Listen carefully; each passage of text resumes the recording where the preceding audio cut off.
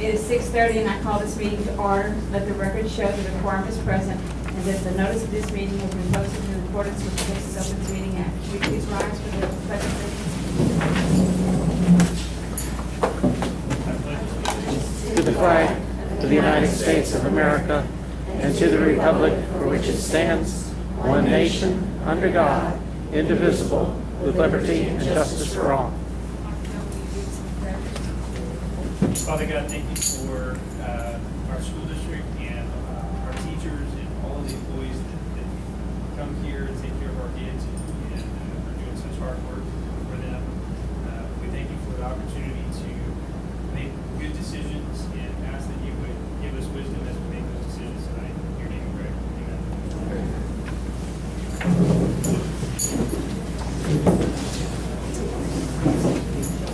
We're going to recognition. Good evening, trustees. And again, we always like to celebrate and recognize all of our students. And we have a group of students who are definitely some of our best students as far as academics as well as being athletes. And we'd like to bring them up. If I ask Miss Brenda Oates to come on up, and Miss Ketchum. Where's Miss Ketchum? Come on up, Miss Ketchum.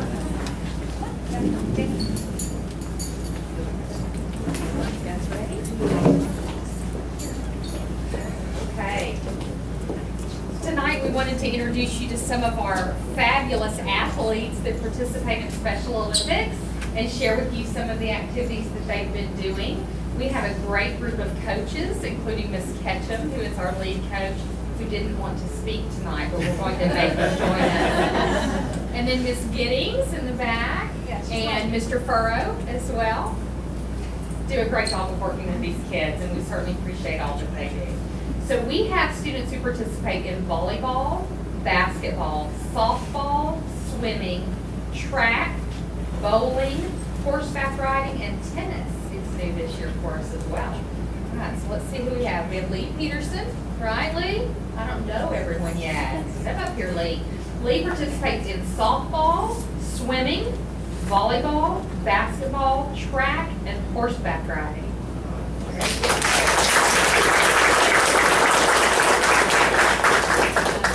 Logan? I know Logan. This is Logan Huffman, and Logan is new to the Special Olympics group, and we're so excited to have him.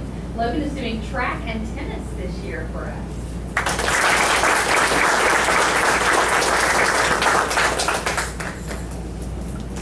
This is Daniel Friesenheim, and Daniel plays basketball. Look at these medals here on this.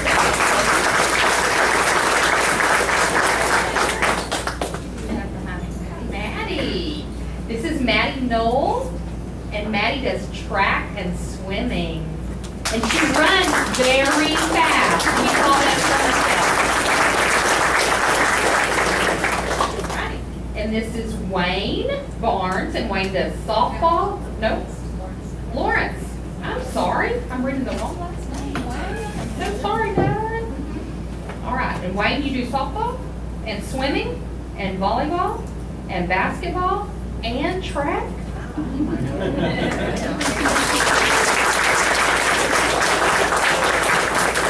This is Matthew Bullock, and Matthew does softball and swimming and volleyball and basketball and bowling and tennis and horseback riding.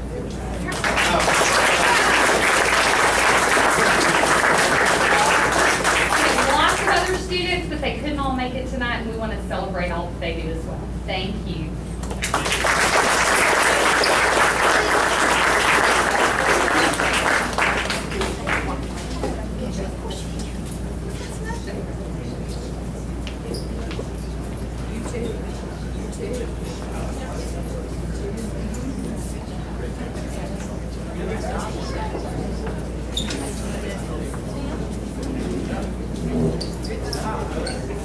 Yes. As a matter of fact, just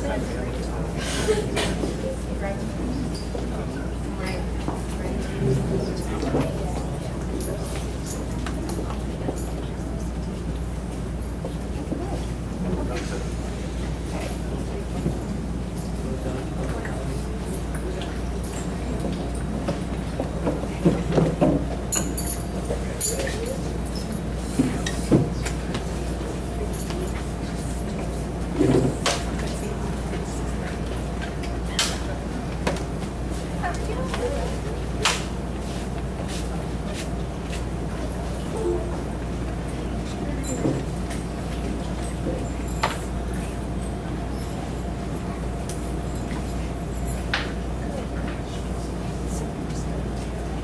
right, and to continue our recognitions, we always want to recognize, of course, the support of our community and other organizations with our community, especially when it's around literacy. And this summer, we have a partnership with Librarian Summer Reading Program, and we have the City of Vernia as well as Phelps to combine some funds to be able to support us in that. So at this time, I'd like to bring up Mayor Robert Gregory and Ms. Nicole Ellis to come in and share a little information on the donation.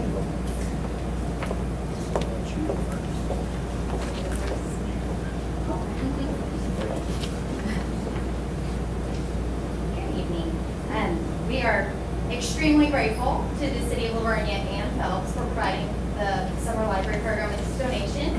We are going to bring in an author who has won numerous awards with his books and has presented to over 2 million children from the Dallas area. His name is Lucas Miller, and he is known as the singing zoologist.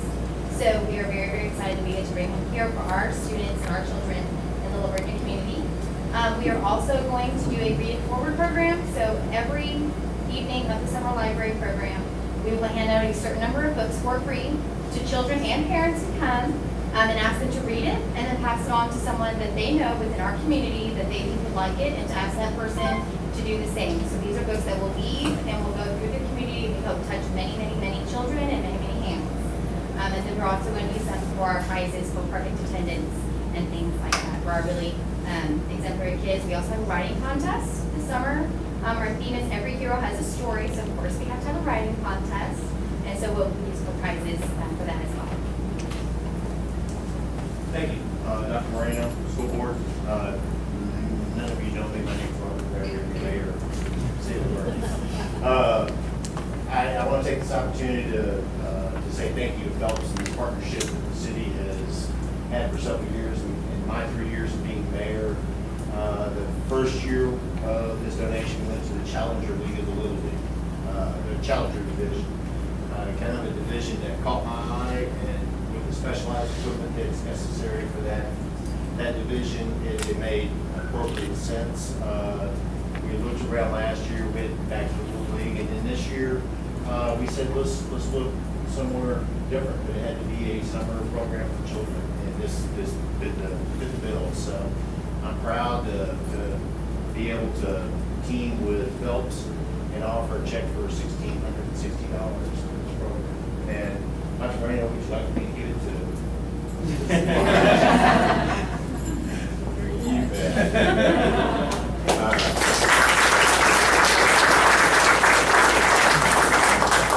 We couldn't do it without the help of Phelps. It's a great partnership that serves literally about half our citizens in the city of La Vernia, and it's a great program, and we look forward to doing more in the future. Thank you all very much. Thank you.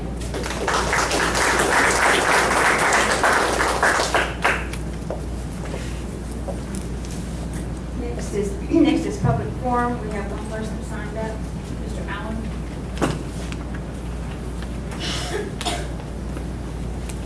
Your 3 minutes. No, I just wanted to say thank y'all, Dr. Marino and the school board. I've got some pictures here, we'll pass them around. These are the same on both sides. So these are some of the things that I made over the last 4 to 6, 7 months. If we do get a driving range, things that help. I've got benches, I've got tables, I've routed out. Mark Hilbig, MR Plumbing, is the one who did all the masterminding, because I can't build a dog house.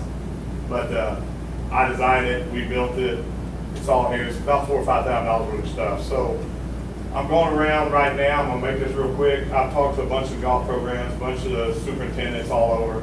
I'm gonna go to the schools and video how they've been successful in golf in 4A and 3A. Some of them have indoor hitting deals. We can get this stuff donated. I mean, that's my job, and people out here to help y'all.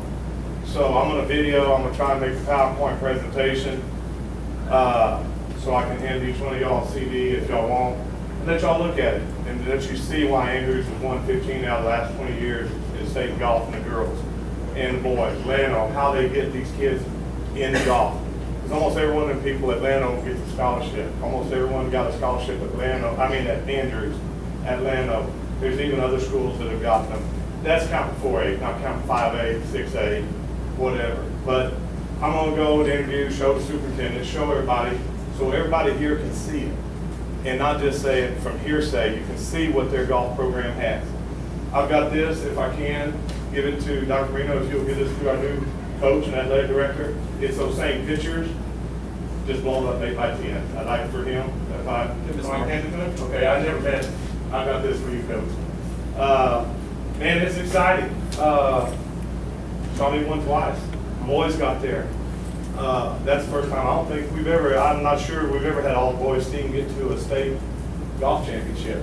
I want to thank Dr. Marino and our athletic director for coming out on Monday and watching the tournament. They were out there. That was good because there was 4 or 5 other superintendents there.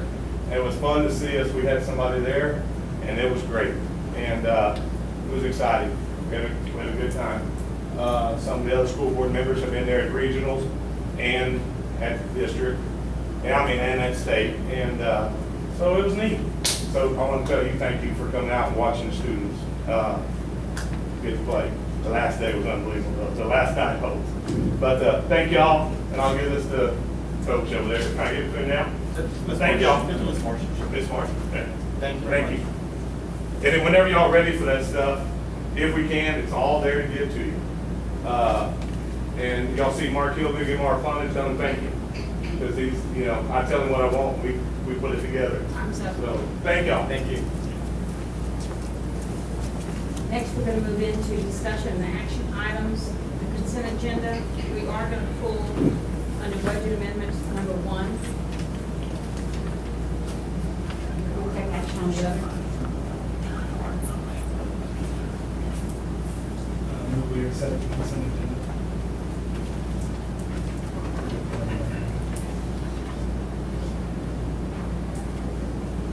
I'll second that motion. I have a motion made by Mr. Vernia, seconded by Dr. Miller to accept the consent agenda with the exception of number 1 under the budget amendments. Any discussion? The only question I had was I just want to know where we're at on balance.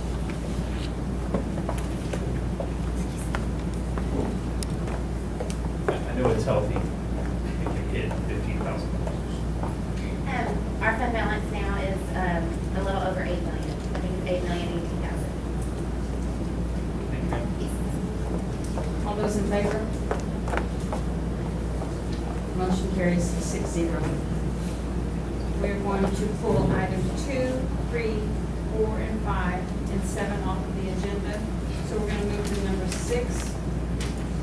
Consider to take possible action to accept bids on 2 struck-off properties to Wilson County and Vernia ISD. Dr. Moreno. Trustees, we're asking that you consider and take possible action on 2 tracts of land that fell to sell at the tax foreclosure sale that were struck off to Wilson County trustee, La Vernia Independent School District, and Wilson County. What you see on the first property is lot 31, Oak Hollow Park. The bid received was $6,000. If the $6,000 is accepted by all taxing entities, it would be distributed as follows. La Vernia Independent School District at $4,019.76. Wilson County taxes at $1,563.24. And court costs and cost of sale at $417. That's for lot 31. For lot 65 of Oak Hollow Park, the bid received was $7,000. And if the $7,000 is accepted by all taxing entities, it would be distributed as follows. La Vernia Independent School District taxes, $4,608.10. Wilson County taxes at $1,974.90. And court costs and cost of sale, $417. So we're asking that you take consideration, possible action on this. I'll move that we accept the strike-off bids for as presented.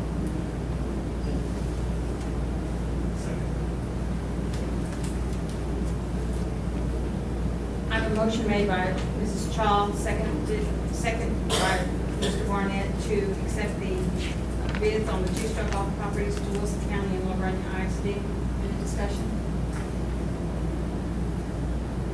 All those in favor?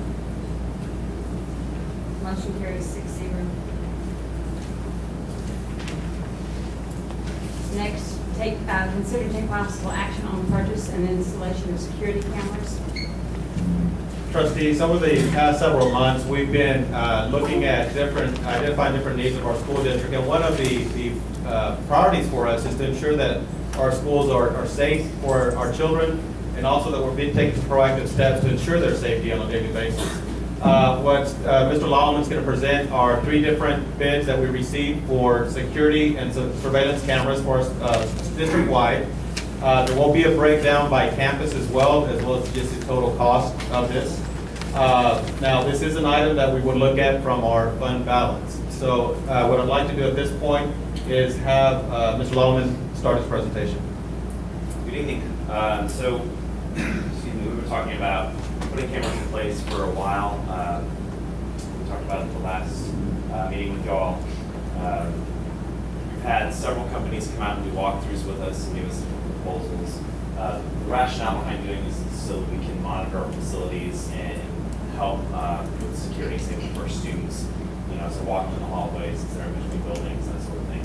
And then also keep track of things after hours and make sure that if anything happens on campus, that we're aware of it. Just for a breakdown, these numbers are based on the bid that I'm going to recommend that we go with. It's about this much for each campus based on different camera vendors where they thought location of the camera should be. So the camera breakdown by campus here, we have 55 interior cameras at the high school and 29 exteriors. The large number of exterior cameras at the junior high are because we've got a lot of traffic in between buildings. We've got a lot of doorways and stuff we need to cover. So we've got a lot of cameras that are going to go outside there. Junior high, 17 interior and 10 exterior, intermediate 20 interior, 5 exterior, primary 14 and 6. Mr. Lallman, does the auditorium fall into the high school, junior high, or neither? The auditorium actually falls into the high school. So some of those cameras are going to be at the auditorium. There's, I think, we placed 3, I don't have the maps right here with me, but we placed, I think, 6 cameras inside of the auditorium, gym, and the lobby area there. And the stadium? And the stadium's going to be covered by cameras on the back of the junior high and back of the field house. Is that under the junior high bid or under the high school? One's on the junior high and one's on the high school. And the admin office is listed as well? The admin office it's not included in this, but I do have them included in bids. And it's not included in the number of cameras here, but it is included in bids, yes. We had 2 cameras at the ops center, 2 cameras at the admin office, 1 camera in each door.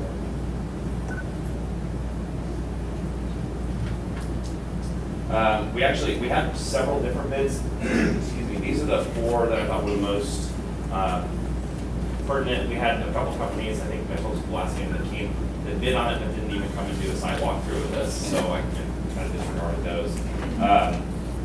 Breakdown of total costs there from Stanley, Convergent, Night Security, and Troxel. Those are the 4 companies that we're looking at. 2 of those 4 are bidding on the same system. It's a system by a company called Video Insight.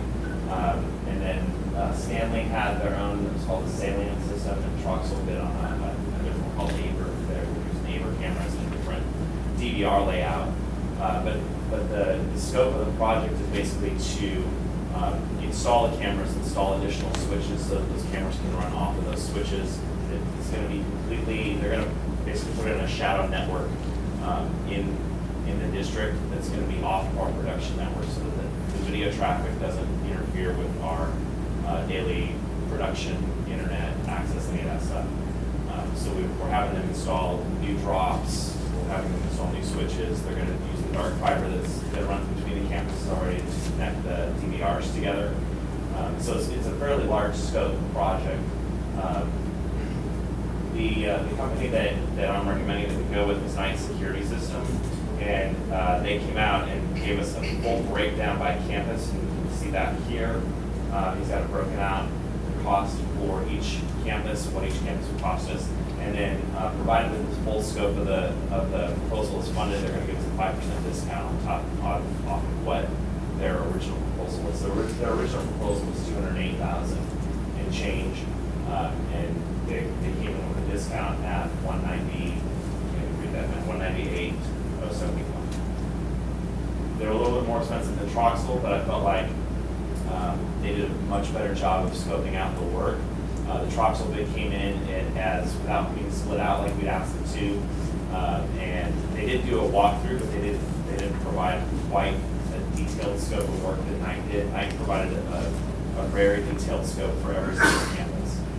So I felt like just at the end they were going to do a much better job with the installation and follow up and keeping track of the project and making sure it was on time for us. Questions on that? In the contract itself, I'm assuming you read through all of it, there's several requirements on us. Yes. As a customer. That's So correct. is there any associated cost for that, like under power supplies, any Yeah. Those are all things that we already, for the most part, we already have in place. We have UPS systems in place. Ed Smith, it's our network manager, has gone through and made sure that each one of our closets has a UPS system. We replaced a bunch of batteries already this school year, so we've taken care of that. Getting things like a lift and making sure that someone's available on site to keep track of the folks that are here working. We're going to take care of those things too. Well, yeah, and I think the lift, they're getting, Yeah, on theirs they did. Two questions on their bid thing. They talked about no escorts be required anywhere. Yes. Is that an issue for us when they're planning on doing this? The only issue that would come up is we run them through Raptor system, so they would all be scanned just like any visitor to a campus. So the only thing that would come up is if one of their folks that's installing would be flagged in Raptor. But we wouldn't have to escort them wherever they're Yeah. parked. But we anticipate any of this interrupting any class time? I don't know when the install time. We're gonna ask that this all be done over the summer. And we won't have any classes going on in the summertime. We're gonna work around the summer school schedule and the meeting schedule. I just talked to Mark this morning and asked him to get me the meeting schedule as soon as they're ready to go with that. And then we're gonna work around the summer school schedule to make sure that we're not interfering with any classrooms. None of the cameras are going in classrooms, so we're not gonna be in the way that way, but we will be in the hallways and doing things in doorways and stuff. So there may be we'll make sure that they're not in the same place at the same time. So we'll make sure that, once summer school's out, then they can come in and do some more places where the summer school's going. And they also talked about charging overtime for circumstances beyond their control. The only thing I thought of might be weather.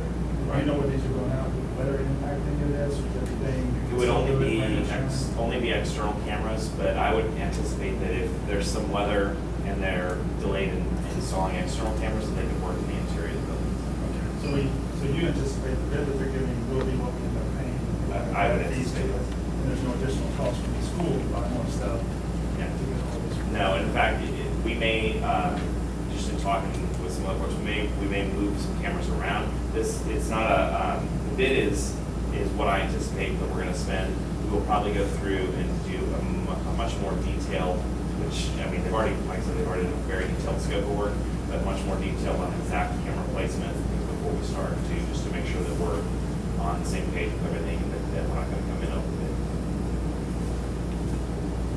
Oh, sorry, I did have another question. Yeah. And I saw that it talked about licenses. Yes. And I'm assuming that's for the software and whatever. Yes. Is there any recurring cost to that, or is this license good for as long as we own it? Good question. So with Video Insights, this is one of the reasons we wanted to go with Video Insights as well. Besides the scope of work that Night Security provided, Video Insight system, when you buy the particular cameras that they're selling, the licenses come with them. So there's no additional licensing costs, and there's no recurring licensing costs that are associated with that. Night Security does offer some maintenance packages where they could be on site within 24 hours if something goes wrong.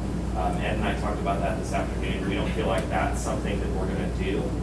It would it's basically a really expensive insurance policy. It would come out to about $18,000 a year for the school district, and we don't feel like there's going to be enough that goes wrong in that system over the course of the first 3 or 4 years that we would spend that amount of money fixing something.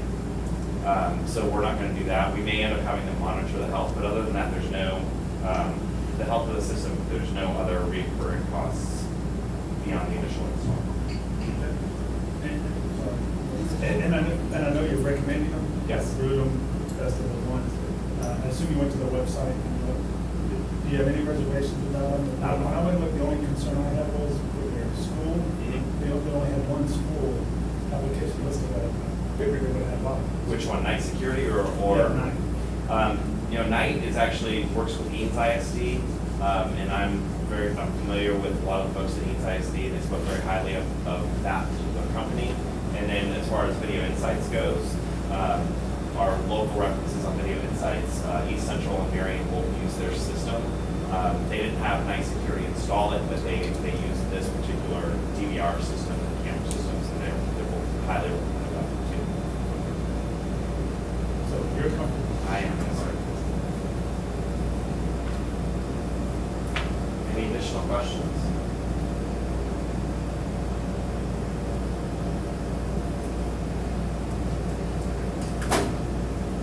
I move the accepting bid or receiving that we approve purchase of installation as presented by.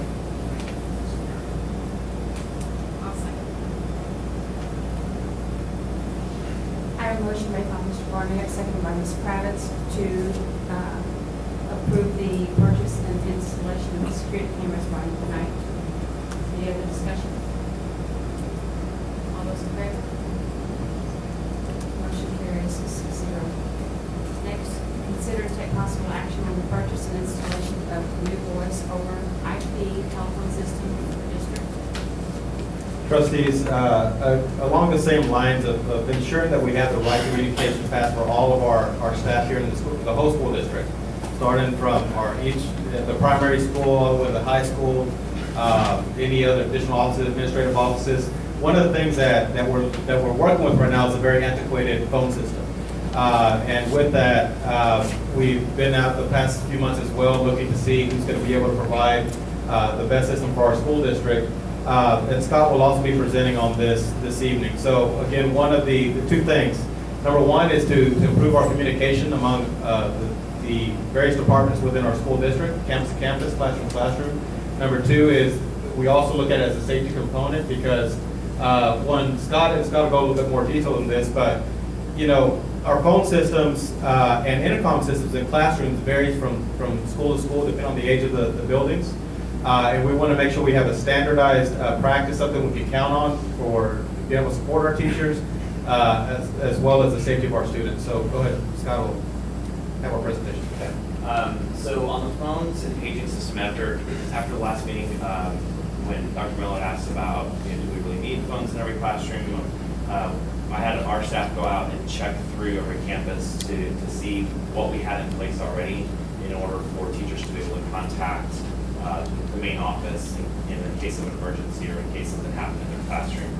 And so just as a quick summary of based on just on phones, at the primary we have no classrooms at all that have phones at the primary. At the intermediate, every classroom has a phone. At the junior high, we have about 55% of our classrooms with a phone. At the high school, a little over 60% of those classrooms have phones. So district-wide, we're just over 53%. The breakdown, though, is when we look at where phones and where overhead paging is, and if teachers have the ability to contact the office, there were some places that kind of stuck out. You notice at the primary, they do have overhead paging, and they do have the ability to push a button and call the office and somebody answers. At the intermediate, they actually have all three. So they have the ability to pick up the phone and call, and they have a button in their room that they can push and ring the office and have somebody answer and call back. But the junior high, in the 100 building, which is actually, it's kind of curious as we were walking through, in the 100 building, which is the oldest building, It's been renovated. There's overhead paging, there's call buttons on the walls, but there's no phones in those rooms. So those teachers can call the office. Walk down to the 200 building, there was no renovation done in that building. They have the old 1950s faux wooden boxes on the wall. There's no call buttons in there. And there's also no phones in those classrooms. So we have 4 classrooms in that building right now that have absolutely no way to get a hold of the front office unless the teacher pulls out their cell phone and calls. And I think that's a big problem. 300 building is in the same boat. There are actually call buttons in those rooms in the 300 building. Now, those aren't being used currently, but that building is going to be used next year. And I should have put the picture in here, but I took a picture of, there's a desk built into a wall in the 300 building that covers the bottom half of a call button. You can see the top half of the plate. The button's underneath the desk, you can't reach it. We went into another room and pushed the button and nothing actually happened. So they're not tied into anything. So in that building, we have a problem as well. The 500 building has all 3. The 600 building, some of the classrooms have phones and some of them do not, but all of them do have a button they can push to call the office. And then we have the high school. The high school is kind of in the same situation as the junior high, although at least in the high school, every classroom has the ability to call the front office in some form or fashion. So there's either call buttons or phone or both in every classroom at the high school. The problem that I see with pulling phones out is that we then have to go back and repair an old system and bring that intercom system up to a standard where a teacher can push a button and call it. We don't know what that's going to cost. We don't know what that system, if we can even tie into it at this point. I would imagine probably at the junior high we might be able to. The high school, I don't know if there's enough equipment up there that we could actually tie into their existing system. And so I feel like at this point the only way to move forward is for us to put phones in all the classrooms. It standardizes, and I've talked to you guys about why we're putting desktops and projectors in every classroom too. We want to standardize. We want teachers to walk into a classroom and know that they're going to have a certain standard set of equipment in their room with a desktop computer or projector. I feel like a phone is the next step in that, so that if a teacher at the high school is in this building this year and next year they get moved to a classroom in the 100 building, they don't have to figure out how is it that they get a hold of somebody in the main office. The other thing, I feel like it's going to provide a little bit more privacy for teachers when they're calling parents. So rather than having to be in a common area at the campus and be on the phone and having to worry about who's listening into their conversation about a student, they can be in a classroom and have that conversation without having interruptions, without having someone hanging over their shoulder. And then if we build new facilities, having phones, they're portable. If we tear down a junior high, if we tear down a building at the high school, the paging system that's there isn't necessarily portable. We can't take it with us. Whereas phones, we just unplug them, take them to the new classroom, plug them in, they work the same as they did at the old building. So all that being said, we looked at 3 different phone systems from 2 different companies. We had Affiliated Communications give us bids on both the Shortell and the Avaya system. All 3 of these systems are pretty widely used. Obviously, Cisco is probably the name that you know the best out of all 3 of those. And a company by the name of NetSync out of Austin provided us with what we're recommending as the winning bid on this for a Cisco system. Their original bid came in at about $320,000. And after we negotiated with them a little bit and let them know that there were other players in the game, they brought that down significantly. So that cost of $174,000 is quite a cut from their original budgetary quote that they gave us a couple months ago. And if you'd like to see the breakdown on that, pull that up here too. So what's the $210,000 bid in here? I'm sorry, what is it? Page 9 of 9, first section.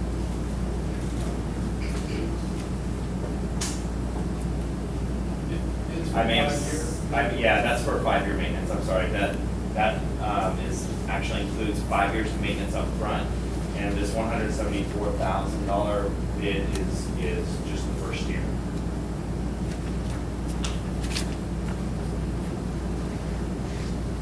So of the two, are you recommending on this one, would get the maintenance for the phone system? It's not as robust as the other system? On the phone system, I think we can probably, I would rather just go with this first bid that we have, the first year, and then we can talk to them about maintenance options in the year to year after that. Because I think there's some things that are in that maintenance bid that we might be able to leave out.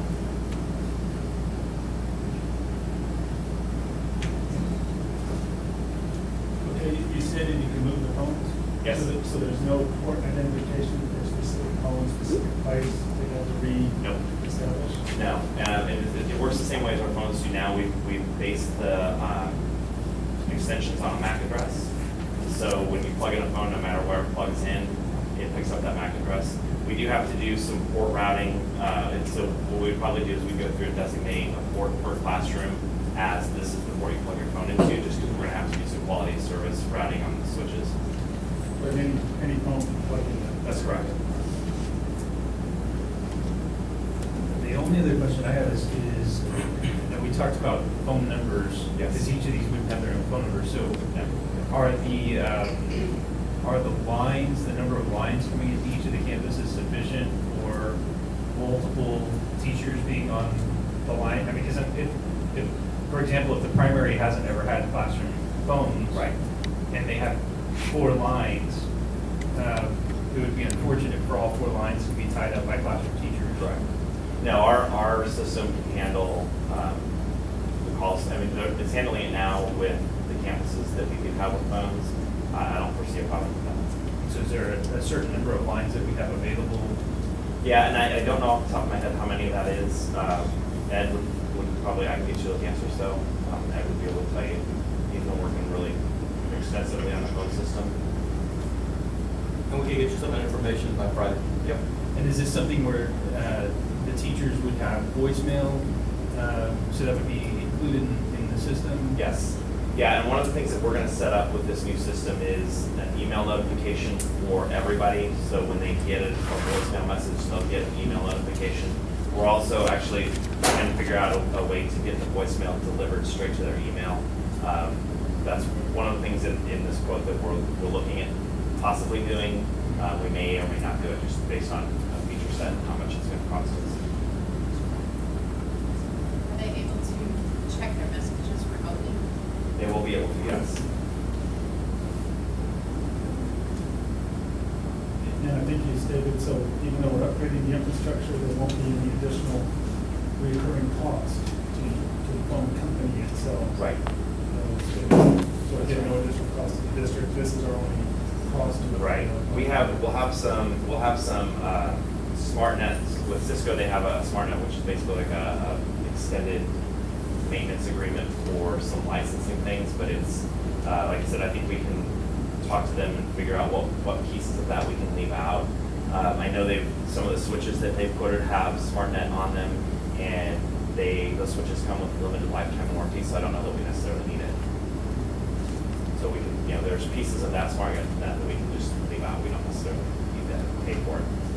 It seemed to me, I'm not an expert, but it seemed to me that 10,000 a year or less wasn't much for a maintenance thing where you wouldn't have to worry about it. Right. So, I mean, is that something we should consider? Because if we don't do it now, I'm sure it's gonna cost us more. It's something that we'll look at. I think year over year, paying it year over year was maybe $1,000 more per year than it would have been if we paid it all up front. So it's not much. There's not much difference.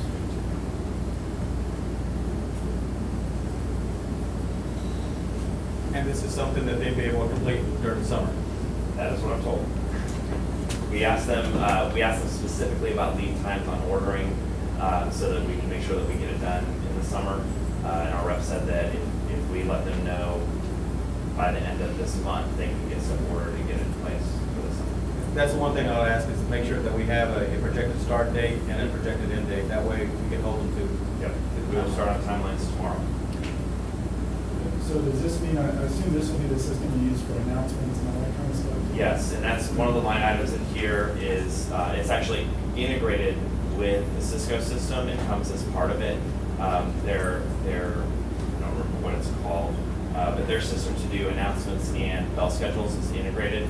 The two other systems that we had quoted had that as an add-on. It was about a $13,000 add-on to those other two systems, which is kind of what priced them out of it.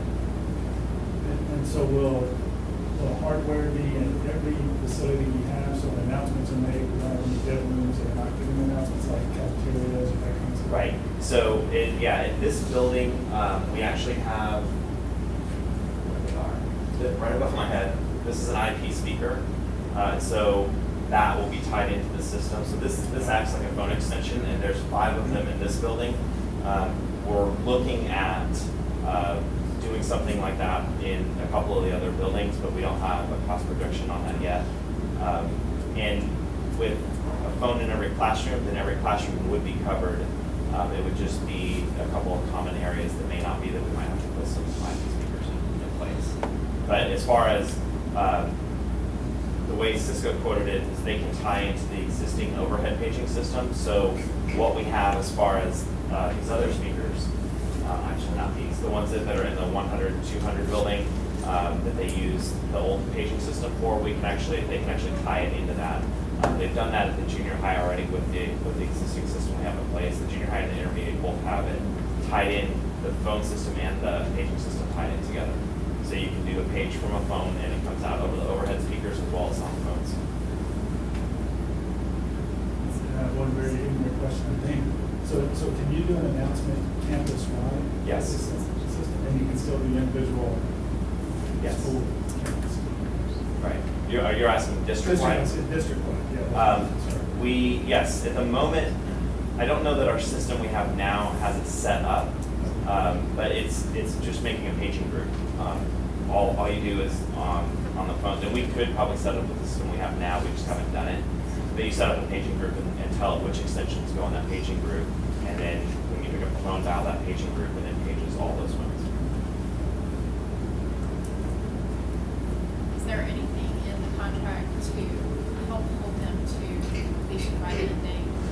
At the moment, there's not. When we start working with timelines with them, we will make sure that there is a completion date in there. Let's see what we can word as far as incentives for that.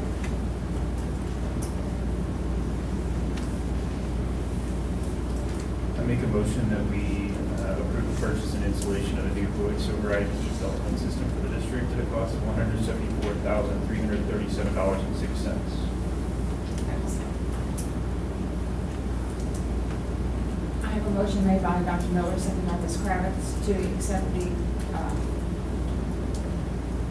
motion for the purchase and installation of the voice over IP phone system for the district at a cost of $174,337.06. Any other discussion? All those in favor?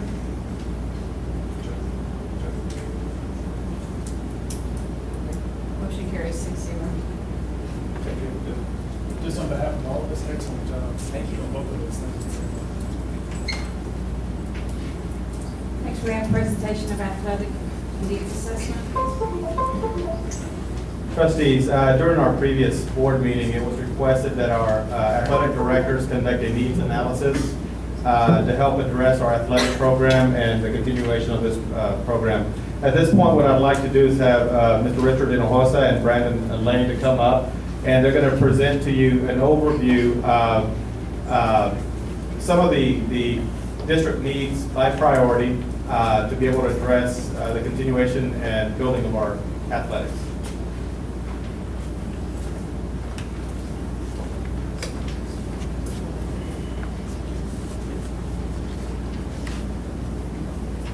Thank y'all for having us back again. Like Dr. Moreno talked about, this is kind of a continuation of the last board meeting, the workshop, talking about the needs here to bring our athletic program, our department up to a standard that we expect the Vernia to be recognized with, and also to identify the needs to improve the safety of our student athletes, and also how to hire and retain the best quality staff that we can to get the best people here in the Vernia for our kids and our athletes. The football equipment supplement was one of the major items of need that y'all have already addressed for us. I appreciate that. Kind of let you know where we're at and where we were. When I got here, there were 66 high school helmets that were within legal guidelines. I purchased another 51 off of that this year's budget to help bring us up, and y'all just help close the gap for us. Shoulder pads wise, we had a significant need, and that has also been addressed. I've already ordered 40 new junior high helmets. We have them in our storage right now. There will be an additional 30 ordered with the July 1 budget, so that we'll have 70 brand new helmets for our junior high kids to play in. And then also 20 new pair of junior high shoulder pads. That will fit the needs of every projected student athlete that enters our 7th and 8th grade football program, as well as our 9 through 12 football program. And then the washers and dryers. Right now, there's not a washer and dryer in the 500 building for boys athletics to use. I have ordered a standardized workout uniform for all of our high school athletes next year, all of our boys. And Richard has done the same with the girls, that when you come to an athletic practice, they're going to look like they're from Vernia, and they're going to be uniform instead. Like I said, it's a standardized workout clothing. The plumbing structure, and I know y'all pulled this to talk about, the plumbing structure in this building is inadequate. Mark can come tell you all about its plans. We had planned to try to get 2 washers and dryers in this building, and it won't support it. So if y'all have questions about the plumbing structure, Mark's here to help you out with that. Yes, if y'all have any questions. We looked at the one of putting 2 washers and dryers in this building, different areas, found several locations. Coach Lang wanted to have them in a certain area, so we got them set up. What we found out is that the water pressure, the building infrastructure as far as plumbing, is not set up to handle an additional 2 washers. We can get by with 1. They have a low flow type system where if the water pressure drops below a certain amount, then it goes in, it actually stops the cycle. And what we've got now, kind of backing up from our original building plumbing, we had certain items in here since the 2013 renovation of this building. We've added 6 different areas with added water usage: showers, a kitchen, ice machine, trainer's room, which has 3 whirlpools in it. So the facility just cannot handle the extra washing machine. So right now, we just suggest to take 1 washer here and another location.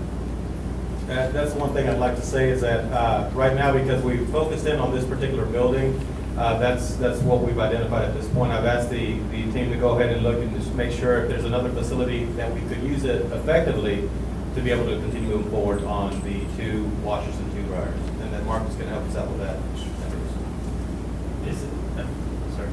Is there any way to run another water line? We would be coming from the 400 building if we did that, because these 2 buildings are set up on separate meters, so we would have to bring something across. It could be done depending on how big the line is coming from the 400. I was going to ask you, is the place that we wanted to put in, is that the ideal location? Should we look for something, or is that just? It's just for an efficiency standpoint, and the use of the coaching staff's time, and to get the clothes back out in time for a second practice for that day. This is the best location for a washing and drying facility. However, if we can have 1 here, that'll suffice for workout here. It won't suffice for football clothing, pants and jerseys. With the hope to find a second location, that stuff can be almost outsourced. We can take that after the practice. That it doesn't have to be ready for another practice that day. Well, I would say to that end, if this is the ideal location, I think we should look at options. What it would cost to do a water line. Or also, what about scheduling? I mean, certainly the water supply is enough to run just those 2 washers. If the other ancillary things are not. Yes, sir. And we are Is it actually- possible that we could put both in there under the current pressure and say, we're washing, these are the things we're not to use it, no pressure.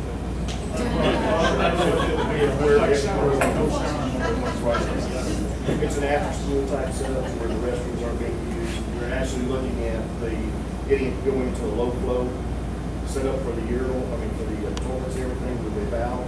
So we'll use less water, kind of try to boost the pressure up there. Just any added, because even with this 1 washer, it's still, we had a commode that got stuck 2 days ago, and it basically dropped the pressure in the whole building. And so we're looking at everything we can to update that. A lot of it will be the internal. We have a 2-inch line feeding this building, which should be sufficient, and the pressure's there.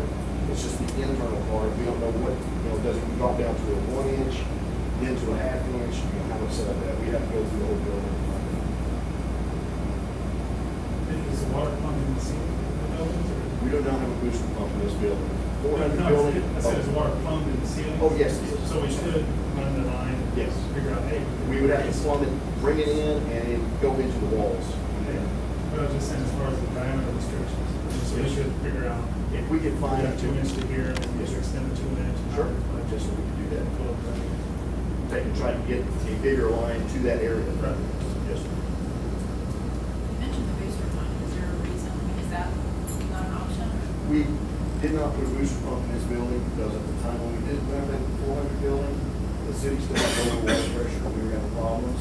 So we put a booster pump in that side. When we got ready to do this building, the city had already boosted their water pressures up. It went like double. Where we were running 30 pounds before, we went up to like 60, 70 pounds pressure. So it's just, they felt like they did not need a booster pump on there to save that money. Are we gonna be monitoring any of the junior high stuff? Not at this campus, we No. have, yes ma'am, we have, a laundry set up for junior high athletic clothes. We have a one commercial washer and dryer. Already there. Yes ma'am. And we're gonna have, again, that same number at the same time. Yes, ma'am. It just seems like we ought to try to make the most efficient way to work. Something that's possible about it. Well, and if y'all give us the okay and the direction, then what I'd like to do is see if we can go ahead and stick to the original plan of purchasing the 2 washers, 2 dryers, and that at least will give us the opportunity to plan in that direction. And if we can't get it done at a certain point, then we know that we're not going to exceed that at what we're requesting. So if we continue functioning as 2 and 2, move in that direction, then we can give you an update on what we find out. Because the intention is, whether we install it at this location or somewhere else, the intention is to have to, yes? To have 2 additional Two washers